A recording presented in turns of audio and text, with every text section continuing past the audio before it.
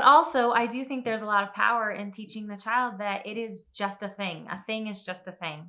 I have very, very clear memories of being very young, 5 or 6, and staying with my grandmother. And we would have tea every afternoon, and she would let me use her real china, her real teacups. And then as a teenager, when I was a teenager, we lived closer together, and I would go over most weekends and help her to dust. And I remember one time I was dusting those teacups, and I realized, I don't know why it hadn't occurred to me before, but they were in her very beautiful china cabinet on display. And I realized as I was dusting, I asked her, I said, these are the same teacups that we would have tea with, right? And she said, of course.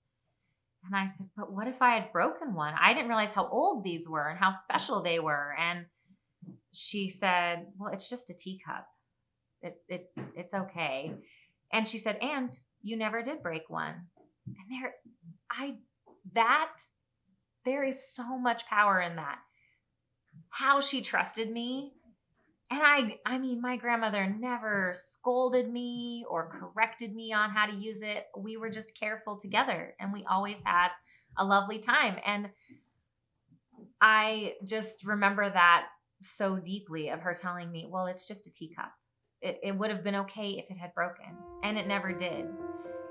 I think it's so powerful to teach a child that these are just things, and that people are more precious than things. And her getting to have tea with her granddaughter, using her beautiful teacups, and actually having somebody to use them with, was more important to her than the teacup being broken.